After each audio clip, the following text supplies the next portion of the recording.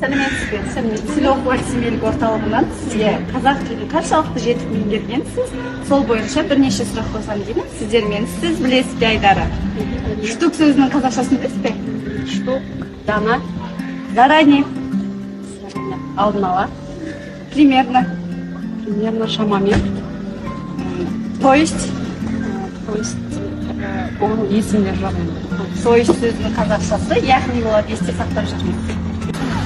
Сәлеметсіздер ме жастар, қалдарыңыз қалай? Селохова семейлік орталығынан сіздердің қазақшаларыңыздың қаншалықты жақсы екенін тексеру үшін бірнеше сұрақ қойсам болады ма? Иә, болады. Сөздің қазақшасын білесіздер ме? Меніңше, мүмкіндігінше, Дұрыс айтасыздар, дегенмен абзал жөн болады қазақшасы. Отвлекать, кедергі келтіру, алаңдату дұрыс болады. Зато сөздің қазақшасын білесіздер ме?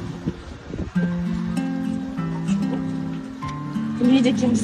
Есесіне, Иә, нервке тиюші. жүйке жүйесіне тию. Дұрыс айтасыздар, жүйке жүйесіне тию немесе ызаландыру болады. Рахмет. Действительно сөздің қазақшасын білесіздер. Иә, расымен шынымен. Ал счет? Иә, дұрыс айтасыз, счет, есеп. Чаевые. Жақсы. Шайпол. Сәлеметсіз бе апай, сіз білесіз бе Айдары? Қазақшаңыз қалай? Жақсы, қазақшамыз. Сізге бірнеше сұрақ қойсам болады ма? Айтыңыз.